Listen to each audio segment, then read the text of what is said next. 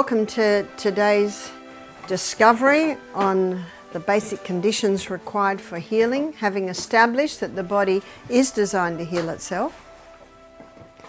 And I'm going to begin with Romans chapter 12, and I think it's a very important point that everyone memorize this, and you might already know it. I beseech you, therefore, brethren, by the mercies of God, that you present your bodies living sacrifices, holy and acceptable to God. And we know that when the Israelites sacrificed a lamb, it had to be the best.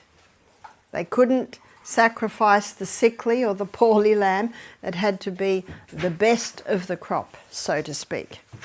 And that's what God wants from us, is our best. You know the beautiful old hymn, give off the best to the master. Make him first place in your heart. And that brings us to the second part of the two verses, chapter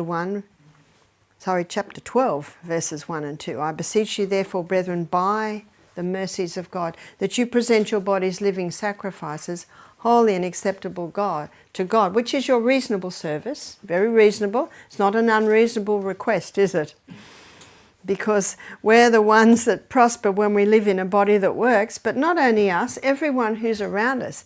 And that brings us to the second verse. Don't be conformed to this world, but be transformed by the renewing of your mind, that you may prove what is that good, acceptable, and perfect will of God. Who are you proving it to? You're proving it to everyone that you have contact with. Daily contact, hourly contact, 6-monthly contact. That's who you're proving it to. But you're proving it to yourself. And we also looked at 1 Thessalonians 5:21, prove all things and hold fast to that which is good. People say to me, do you ever step sideways, Barbara? I say, why would I? I feel so good and I love what this does for me. They say to me, how do you eat when you're travelling? Well, you can always buy a banana and an apple and an orange and a packet of nuts in the airport. And often I just don't eat much at all because that doesn't hurt. Because I know I'll eat again soon. This eating is underestimated. Did you know that? When you're hungry, you don't have to eat. I was starving the day I came here. I only had 2 bananas in the morning. I didn't know what was going to happen through the day. And so I had a 2-hour trip. Well, couldn't I just eat something then? But then I can't eat my dinner when I come here. Because as we'll see when we go on our journey through the gut, which is a fascinating journey, it takes probably 3.5 to 4 hours to digest food. And then our stomach needs a 1-hour rest. So what did I do? I just drank lots of water, lots of water, lots of water. I'm used to eating at 7 and we're eating at 8:30 here. So by 8:30, this stomach is screaming at me. You know what I say to it? Settle down, it's coming. Settle down. And have another big glass of water. You don't have to eat. If you notice, you don't die if you don't eat. Just drink more water, just drink more water. But what I want to talk to you today, I want to talk to you about your project manager. Proverbs 14 verse 6 says, knowledge is easy to him that understands. And I want to discuss your project manager because your project manager, it's in charge of the job site. The job site being this amazing body that we live in. And if the project manager goes down, the job site doesn't work very well. Did you know that your liver is the largest internal organ? Did you know that your liver is the only organ that has the ability to regrow? Yes. And as we go through this, you can see why God made it so. Cancer cannot get a hold on the body if the liver's working at optimum performance. So when the Bible says, I beseech you, therefore, brethren, by the mercies of God, that you present your liver a living sacrifice. When you give your liver the right conditions, it will function very well. And so understanding the liver, understanding what it does, and what we can do to strengthen the liver is pivotal in understanding the conditions to give the body. So let's have a look at the liver, the largest internal organ of the body. And I call the liver the project manager because everything that comes into the liver, into the body, goes first to the liver. And everything that comes out of the body comes out under the jurisdiction of the liver. And do you remember when we looked at yesterday, page 127 of the Ministry of Healing, where she said in case of sickness the cause should be ascertained? So that's why we look at history, yeah. What do we look at as well? Symptoms. And what's the last thing we're observing? Response. Is that right? Response, that's right, response.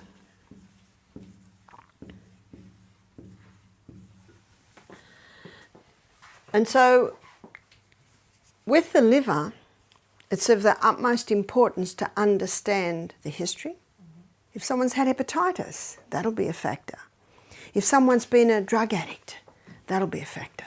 If someone's been an alcoholic, that'll be a factor. Because the liver is like the sieve.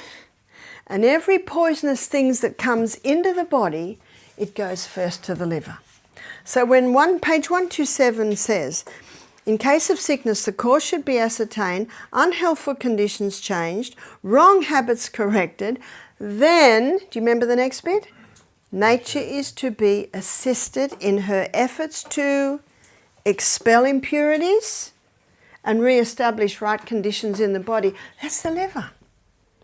Everything that comes out of the body comes under this jurisdiction of the liver. And when environmental poisons come into our body and come into the liver says, it's not too bad, I think we can break it down and get it out. Oh, this is a nasty guy. Wrap it up in fat and store it. So it's stored in the fat cells. We had a guy do our program who was a Vietnam veteran. And you know, in the Vietnam War, that's when chemical warfare really took off, isn't it? And so a lot of the soldiers that worked or fought in the Vietnam War, or worked in the Vietnam War, they've got a high level of toxicity in their body. And this man was a little overweight, and he told me that his doctor said, don't lose weight. Why did the doctor say that? Because he's got a lot of the poisons stored in his fat. And if he starts to lose weight, and we'll see that process in a minute, then those environmental poisons are going to be released. Praise be to God that the liver is an amazing organ. And it's been designed to deal with that. And I'm going to show you how it does. But what I want to look at first of all is what it does with the food that comes into our body. And I find today, and there's a lot of writers who are talking about this, there's a lot of, some of them fairly extreme diets that have been set up because of this very fact, is that most people today eat too many carbohydrates. So what we're going to look at is we're going to do a carbohydrate assessment. And we're going to start with breakfast. So what would most people in the world, no matter where I go, I find it, what would most people eat for breakfast? And we know there's a whole aisle devoted to it. Cereal. Coffee. And if you notice, we'll look at coffee tomorrow. If you will notice that, well, you may not be a television watcher, I'm really not, but occasionally I might watch a documentary or something, and if it's on a television station that has ads, have you ever watched the ads? Huge amount of ads to cereal. And so the little children, when they're watching television, my children didn't watch television, then the mother takes them shopping and they see the cereal that they saw on the television. I want that cereal, we can't have that. Wow, throwing themselves on the ground. You know what I always say to parents? The first tantrum is never in the supermarket. It's at home. And you've got to deal with it at home. If you deal with it at home, then quite possibly it won't be quite happening in the supermarket. We had a guest at the retreat last week. She said, this is what I'd say to my 3 children. We get to the door of the supermarket and she'd turn around and she said, if you ever. And they went. She'd have no trouble. But one of the reasons people have trouble is because the little children are watching the ads. Oh yes, first step, don't let them watch television. Don't have the television. But you have a look at the amount of ads on the television to cereal. There's one in Australia, I guess it's everywhere, I guess it's here. It's Nutrigrain.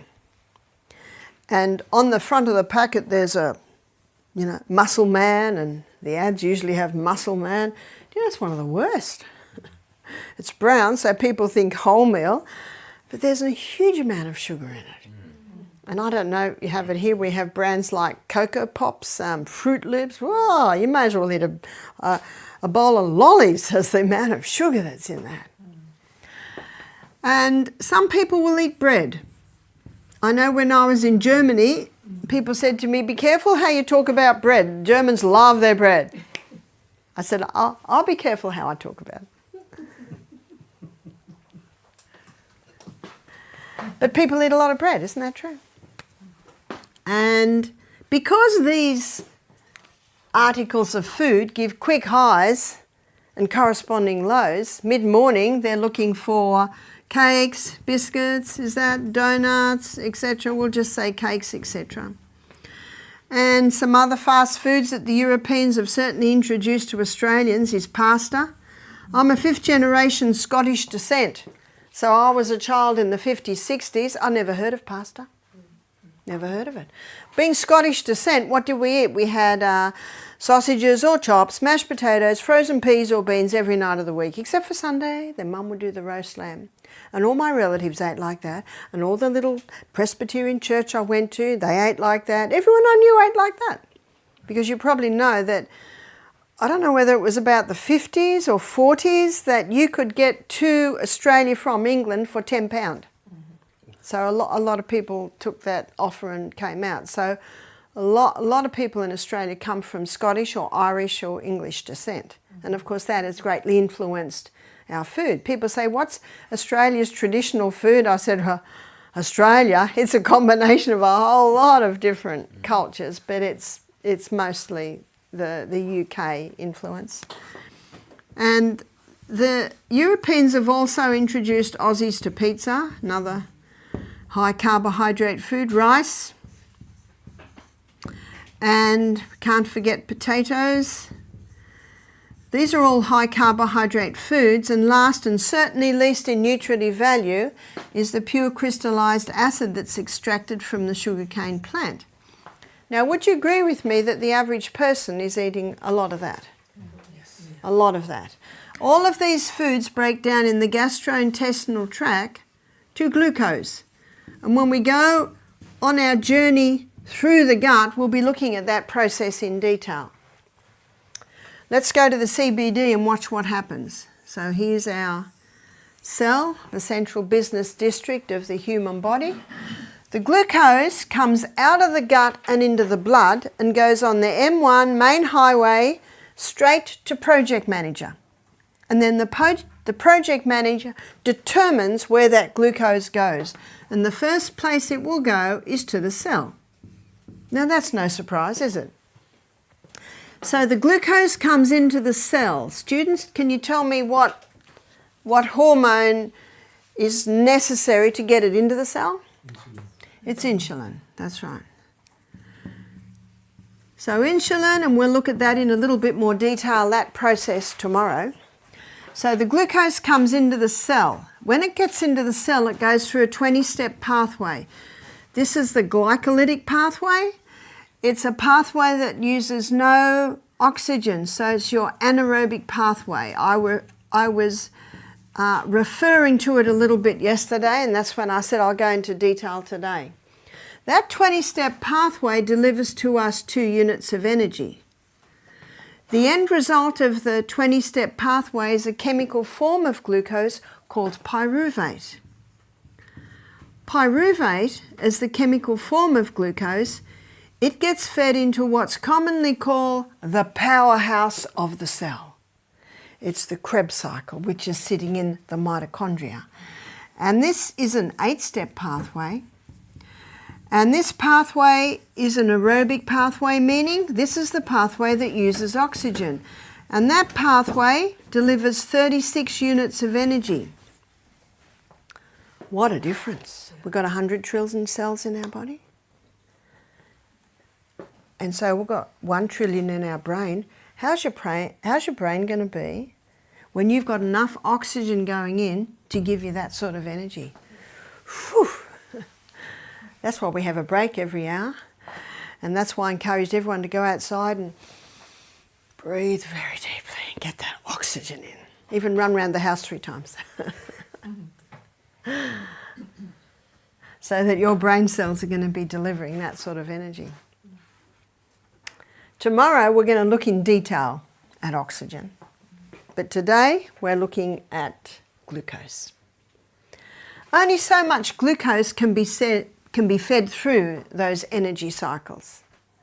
And so what the liver does now, it stores some as little molecules of glucose. And these little molecules of glucose are called glycogen. And glycogen is a name given to quick-release glucose stores. And that's how you had energy this morning to walk. So when you start walking up that hill and breathing deeply, the body's crying out for fuel. And God in His wisdom and mercy put these glycogen stores mostly in our muscle cells. And so when your body's crying out for fuel, it'll pluck the molecule through the energy cycle. Pluck the molecule of glucose through the energy cycle. What an amazing process.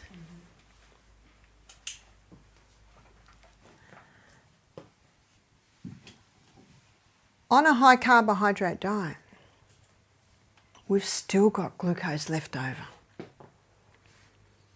And so now, the liver will cause it to be stored in the most amazing fuel depot in the body. It's called fat. You see, the body can only store so much glycogen. And when glycogen is in the muscle cell, it can only be used by the muscle cell. It's almost like it's in a prison. But the liver can store some glycogen. And that glycogen that the liver stores, it can go all over the body. It's not locked in to the cell like it is in the muscle cell. Athletes that work out hard, the more they work out, the more little energy cycles are made in the cell. I've drawn this as if there's 1 per cell. Especially in the athlete, you might get hundreds per cell. And we have 100 trillion cells in the body. Whoa, that sort of maths is a little bit beyond me. But I think we can understand that's a lot, isn't it? That's a huge amount, yes? So would you say then that the process of storing the glucose is aerobic? It requires oxygen because of the exercise? Well, it's just stored as glucose. But when it's plucked and used, yes, because you're right, I get what you mean. Because of your exercise, it'll shoot right down, straight down to the aerobic. Have you heard the old saying, you will receive more energy than you expend on your morning walk? Have you ever been tired and don't want to walk, but you do? How do you feel when you get back? You're a little revived, yeah. Tomorrow when we look at oxygen, we'll also be discussing chronic fatigue. Because if you ask a chronic fatigue person, do they exercise? What's the answer? No. Oh, you don't understand. I've got no energy. Well, guess how you get it? But we'll look at that tomorrow. And what's happening to most people in the world today? What's happening? They're getting bigger and bigger and bigger. Is that right? And bigger. Now what I've just shown you here is the basic science. And can you see by what I've shown you that fat doesn't make you fat? What makes you fat? It's this high carbohydrate diet. Now the person who first blew the whistle on this was, that we know, is Dr. Atkins, yeah? But Gary Taube, he wrote a very interesting book where he went back way to the mid-1800s to see if it was acknowledged then, the danger of the high carbohydrate. And he gives the story of a man named William Banting. This is mid-1800s. And he went to a very famous doctor called Claude Bernard. Claude Bernard was a contemporary at the time of Pasteur and Antoine Béchamp. And Claude Bernard believed as Antoine Béchamp did in the cycle of life, pleomorphism, many forms. He didn't go along with Pasteur. Many scientists didn't, because they recognized he only gave part of the equation. And so William Banting went to Claude Bernard because he wanted to lose weight. He was a little overweight. So Claude Bernard stopped. Now they were called starches back then. We more call them carbohydrates today, don't we? So Claude Bernard got William Banting to stop the carbohydrates. So what did he eat? He had a lot of vegetables. And he ate meat. And in eating the meat, he was also eating lots of fat. Meat, butter, cream, cheese, eggs, all of that. That's the diet that Claude Bernard put William Banting on. The weight just fell off him. Why? Well, if you're not giving this quick release glucose, your liver can convert your fat stores to glucose, and your liver can convert protein and fat to glucose. So he had lots of energy, and the liver's quickly breaking up these to give the glucose required. Was he hungry? No. 3 things keep the food in the stomach longer. Fibre, because it slowly releases the glucose. Protein, because it's in the stomach that protein's broken down. And fat, because it lightly coats the food, so it takes a little bit longer to break down. And that's perfectly fine. Because as you will see, we should be leaving 5 to 6 hours between the meals. Let the stomach do its work. Sometimes I talk to my husband at the end of the day. I'm talking at the end of the day now because it's the end of the day in Australia right now. And he'll say, I had a 2-hour job to do today, but I had so many interruptions. I had phone calls, I had people coming to the office. And that 2-hour job took 8 hours. Do you know that's what happens with digestion? If you put a meal in and then put something else in a bit later. But we'll look at that when we look at the gut in more detail. Most weight loss diets are a rice cake for breakfast and half a grapefruit and some no-fat cheese. And then lunch is 2 rice cakes with a no-fat cheese and a slice of tomato and lettuce. And how's that person by the 3rd day? They just said, get out of my way, I'm just going to eat. Did you know that the hunger is the strongest urge in the human body? And we know some very tragic stories, especially when the army surrounded Jerusalem, of people eating their own children. See, that's and you know what we think to ourselves? I would never do that. But that just indicates that the strongest urge in the human body is the hunger.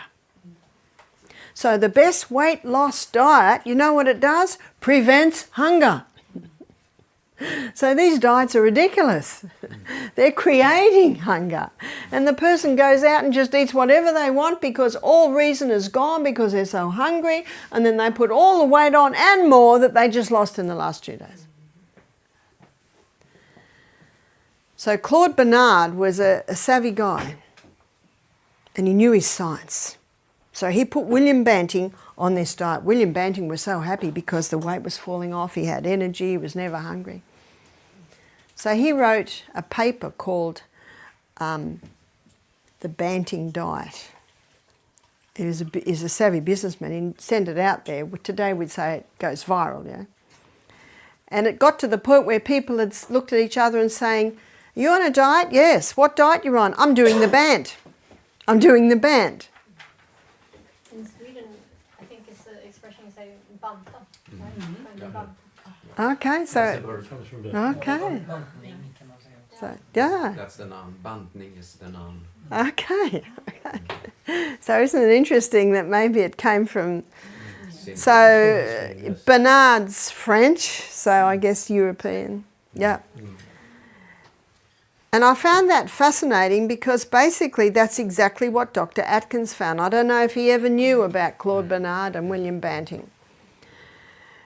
And Robert Atkins' book was one of the most fascinating books I've read. I had no interest in reading that book because I'm a plant-based person. And all you hear is you've got to eat meat, butter, cream cheese, eggs. So I'm not interested. But we had a guest come to us and he said, "You're not going to like this, but I go very well on the Atkins diet. I go off the Atkins diet and I go down." Now what does every health professional who's worth anything, what do? They listen. And I've got to listen to that. Because that's his story and it's real. So I've got to listen to that. So for the first time, and this happened 18 years ago, I sort of made a bit of an Atkins vegetarian diet for him. But I'm thinking to myself, where is it? Why? Why does that man go so well on the Atkins diet? It intrigued me. And then I stayed at a friend's house. I was travelling, stayed at a friend's house, and they had a fold-down bed in the office. And I woke up in the morning, and I'm an avid reader. I love reading. And there's the bookshelf. And I'm just, scaling the books. And then one book almost jumped out at me, Dr. Atkins' New Revolutionary Diet. And I said to myself, "Father in heaven, are you trying to tell me something?" So I picked up the book and I read it and I couldn't put it down. The science was fascinating and it explained so much to me. So I went out that day and bought my own copy of Dr. Atkins' New Revolutionary Diet. Years later, when I was in New York giving lectures, Dr. Carl Benjamin came to see me. I said, "What are you seeing me for?" He said, "You are the first nutritionist that hasn't slammed Atkins." He said, "I was one of Atkins' patients." So this is back in the 80s. So this happened to me 15 years ago, and this man was in his late 70s then. He said, "I was diabetic." He said, "I had excess weight, so I went to Atkins because I'd tried everything else." And he said, "Atkins took me off the carbohydrates." And he said, Atkins was a gracious man. He was terribly apologetic. He said, "Look, I want you to eat a little bit of meat." He said, "I was desperate, so I did." He said, "The weight just fell off me." He said, "My diabetes went." But he said, "I'm coming to see you because I'm getting arthritis and I know it's the meat, the high acid." He said, can you please show me what to do?" And I did. Now, Dr. Atkins he first did it just for weight loss, and it says this in his book, but his results were amazing. So he started to put all his patients on it. The results were amazing. It is estimated 11 million people have been helped by his diet. Now, before you protest, please let me finish my illustration. Phew. His book was #1 on the New York Times best-selling book list 4 years running. He deserves some attention. And at the time, I started giving meetings called Dr. Atkins' Missing Link. What was Dr. Atkins' missing link? The danger of the meat and dairy and what vegetarian protein can do. But what Dr. Atkins found, and the only reason he started to research this is because of the results he was getting. The response he was getting was phenomenal. Now, everyone was happy they could eat everything they can't eat on a weight loss diet. But it was the response that he was looking at. And what he found is that these are the 3 essential food groups. Got that? Why? Why are they essential? Yesterday we had a look at how important fibre is to the colon. Is that right? It sweeps the colon and it stimulates peristalsis through the colon. And if you don't empty the rubbish bin every day, the house starts to smell. Is that right? We'll look at that when we look at the gut. So fibre is essential. When I was a little girl, my mother would peel every vegetable, wrap it up in newspaper, and I'd run out and put it in the bin. But we don't do that anymore, do we? We just scrub them. And what they've discovered is just under the skin of the potato is the highest concentration of the nutrients in the potato. So we need that fibre. Why is protein an essential nutrient? Yesterday we looked at the DNA.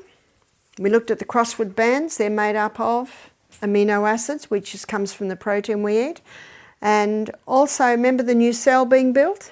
Built out of amino acids. My son James has inherited my body type. Poor guy. Boys don't want to be little. Well, he's taller than me, but very hard to put on weight. But I can show you a photo of him now.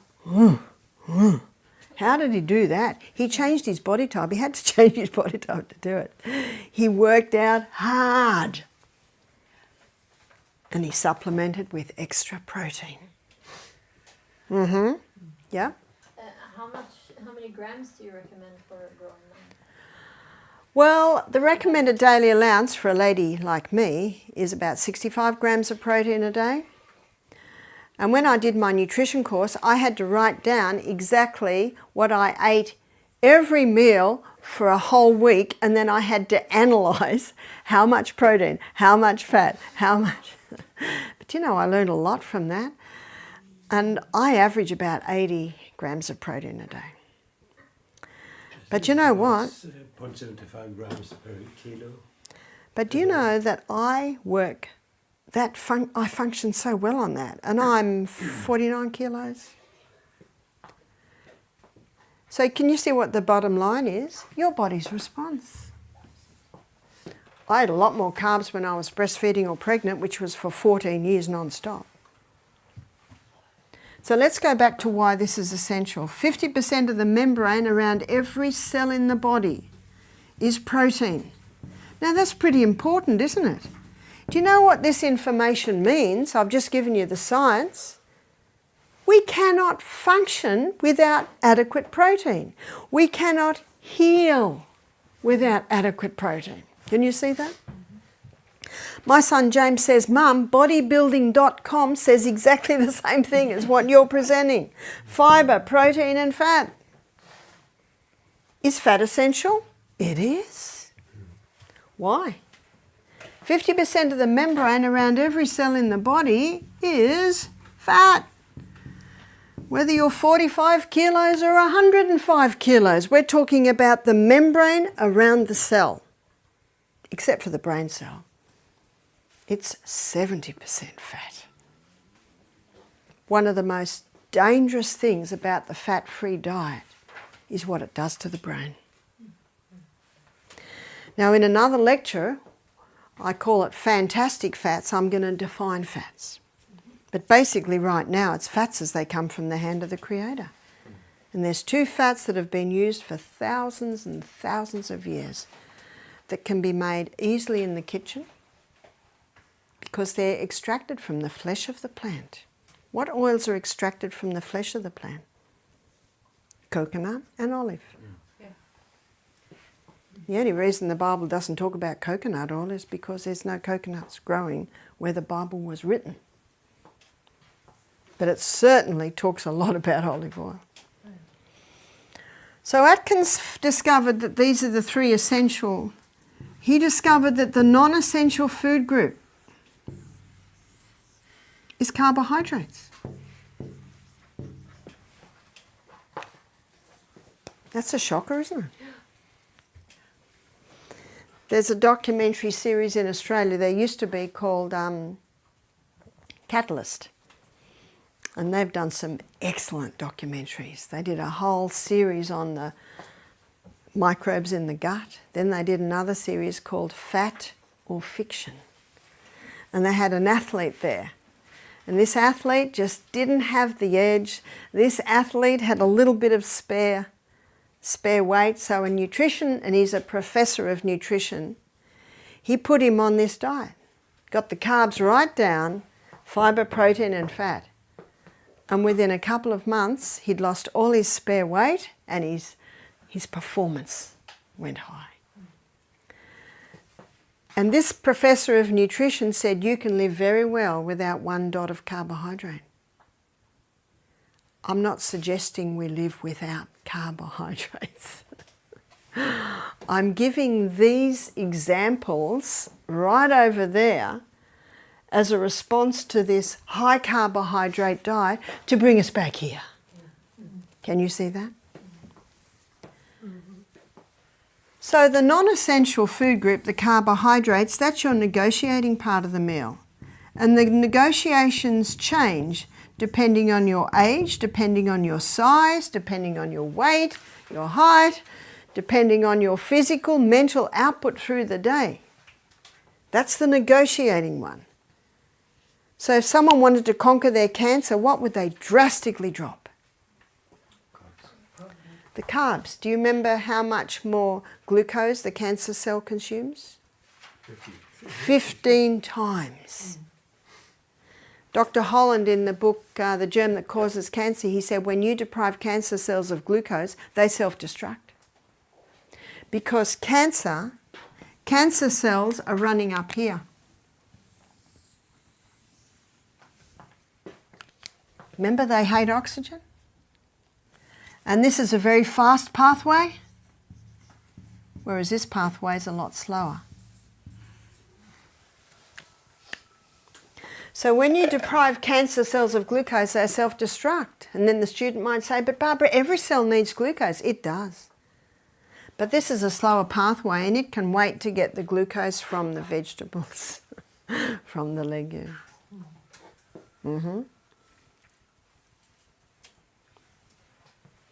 So if someone wanted to lose weight quickly, what would they drastically drop? Carbs. Trick question. If someone wanted to put on weight, what would they increase? Most people that want to put on weight don't want to put on fat. What do they want to put on? Muscle. Do you know what Atkins found? You can be on quite a drastic weight loss program, but if you're having adequate protein, you will never lose your muscle. Yeah? I was reading in a book about in the 1900s, the beginning of the 1900s, there were several nutritionists and others doing studies, and one was doing a study in America on soldiers and sportsmen, that they only needed 50 grams of protein. And that's a grown man. And what it can also be, and I'm going to show you right now, there's a huge difference as far as the East is from the West, vegetable protein and animal protein. Right, yeah, it's probably. So there's a huge difference there. You know the China study where they found that the meat and the animal products were just feeding cancer. They could switch cancer on and off by the amount of meat and vegetable protein they were giving. 5% animal protein didn't trigger cancer growth. Well, when I say trigger, he'd injected every single rat with aflatoxin, and aflatoxin causes liver cancer. But what he did was he got half the rats and gave them 20% animal protein, and half the rats 5% animal protein. 5% animal protein didn't start that cancer growth, even though they'd been injected with aflatoxin, whereas the 20% animal protein, it did. But he found that 20% vegetable protein did not trigger the cancer, did not feed that cancer. So a huge difference between animal and vegetable protein, as I will show you now. But before I show you, so if someone wanted to conquer their diabetes, what would they drastically drop? The carbs, that's right. You see, the carbs give a quick high, then a quick low, whereas fibre, protein and fat, it gives this lasting energy. You see that?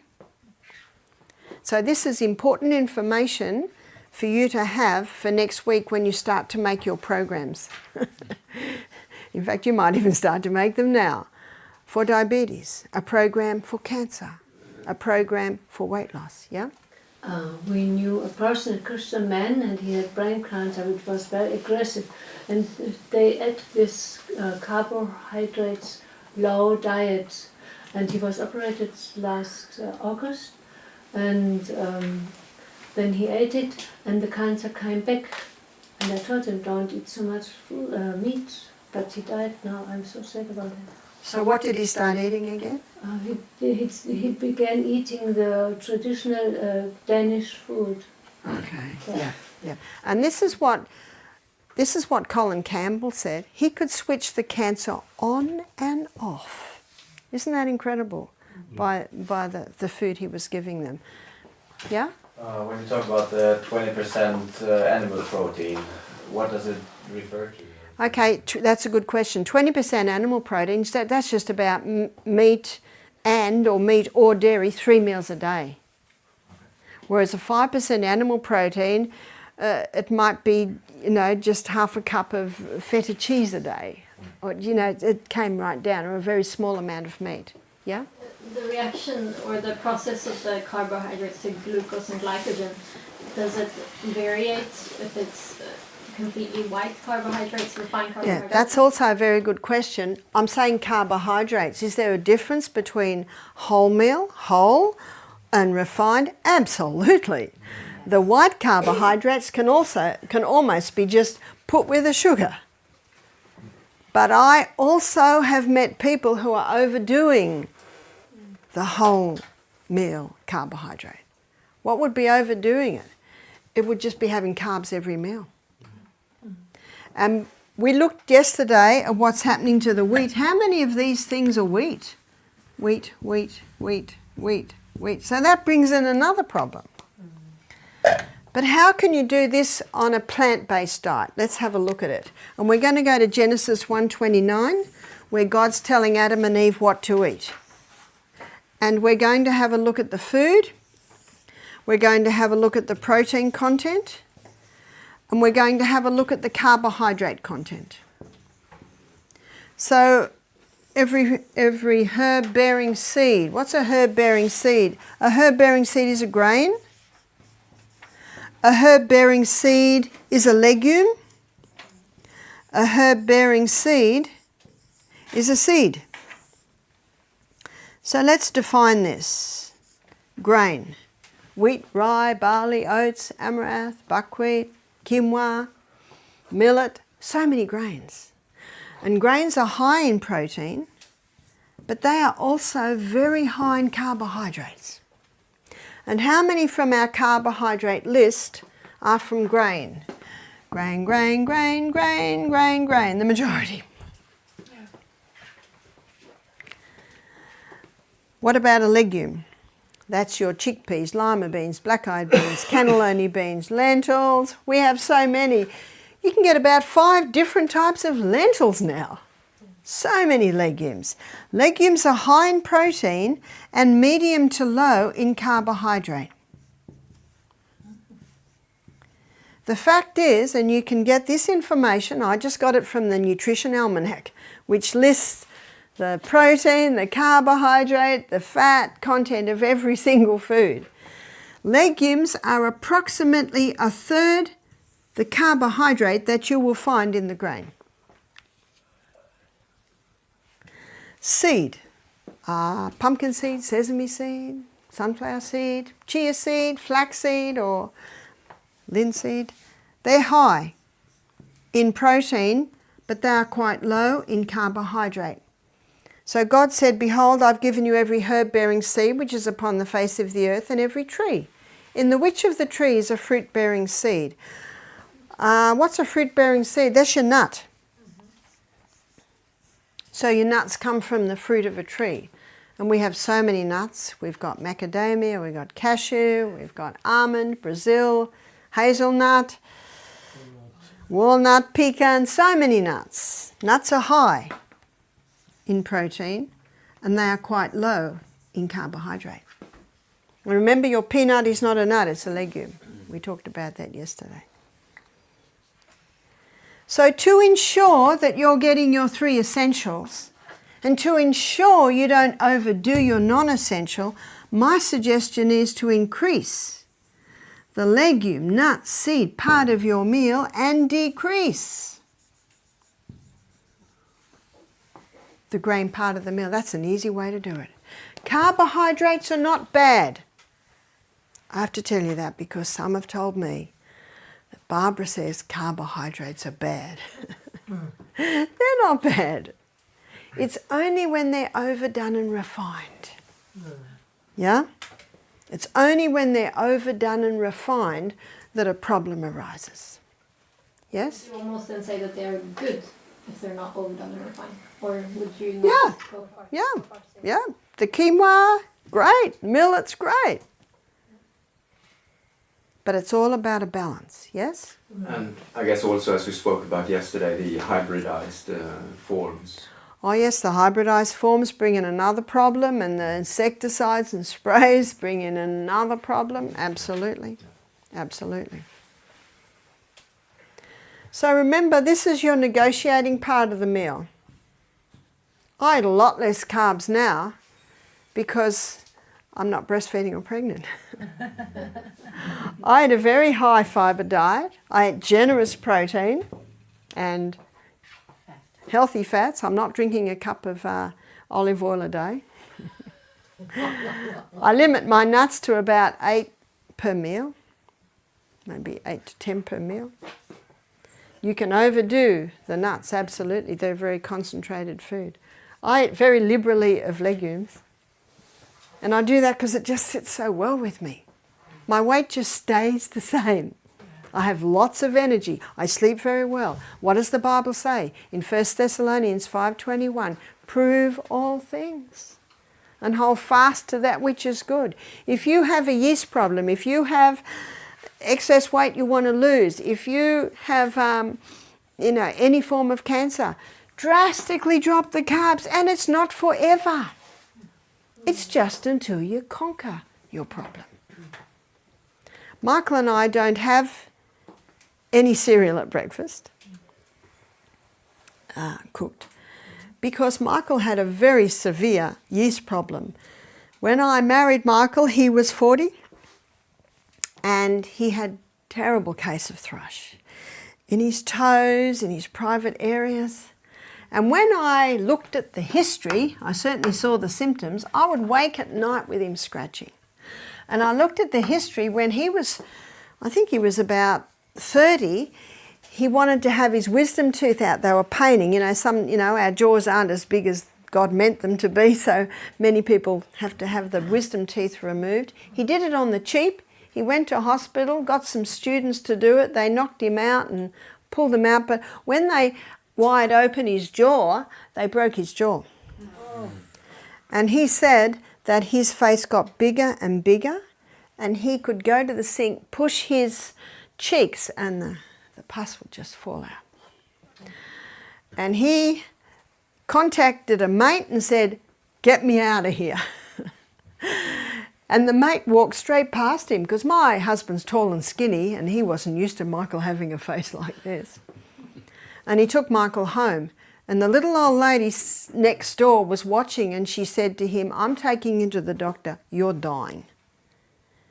And so she took him to the doctor, who put him on very strong antibiotics, which probably saved his life. Mm-hmm.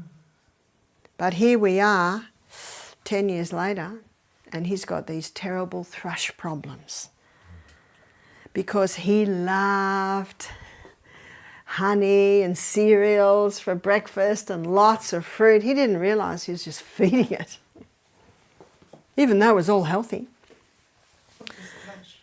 Thrush is a fungal outgrowth between the toes, and it can also be between the legs. Where does mould like to grow in your house? In the dark, moist areas. It does it in the body too, in the dark, moist areas. And so I put him on a fairly strict diet. I got the glucoses right down. And the tea tree oil on the toes, and we certainly got it under control, but now and then it would rise up again. So I said, okay, I want to put you on a very strict diet. I want to knock this. And he's a very good husband. Anything I tell him to do, he will do. Wow. He's even exercising in my absence now. I'm impressed. Took 3 years of me exercising before he joined me, but he does it now because he proved it for himself. So I put him on what we call the sledgehammer diet, which is basically the cancer-conquering diet. No fruit at all, no sweet at all. He just had vegetables, lots of vegetables, legumes every meal. He loves avocado. He can have lots of avocado. He was on it for 6 weeks. At first he grumbled a little bit, but after a few days he started to enjoy it. And when the 6 weeks were up, he said, can I keep eating like this? Mm-hmm. I said, sure. So we are 10 years later now, and every morning I cook him a little skillet of vegetables. Onion, carrot, broccoli and cauliflower. And while that's cooking, I'm rinsing my legumes that have been slowly cooking while I run up and down hills. I just put some simple flavourings in. All I do for breakfast is put oil, salt, Italian herbs, and it's beautiful. And so for breakfast, I have fruit.